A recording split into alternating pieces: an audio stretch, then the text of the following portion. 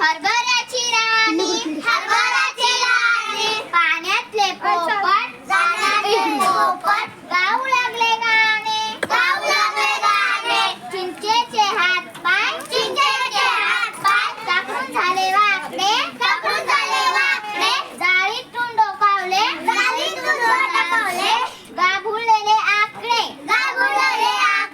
थंडी आली पेटवाकडी शेका हात घात शेकता तोंडात टाका ओल्या शेंगाच्या हे कविता कोणी लिहिले? शेला लोहिया. चला झाली.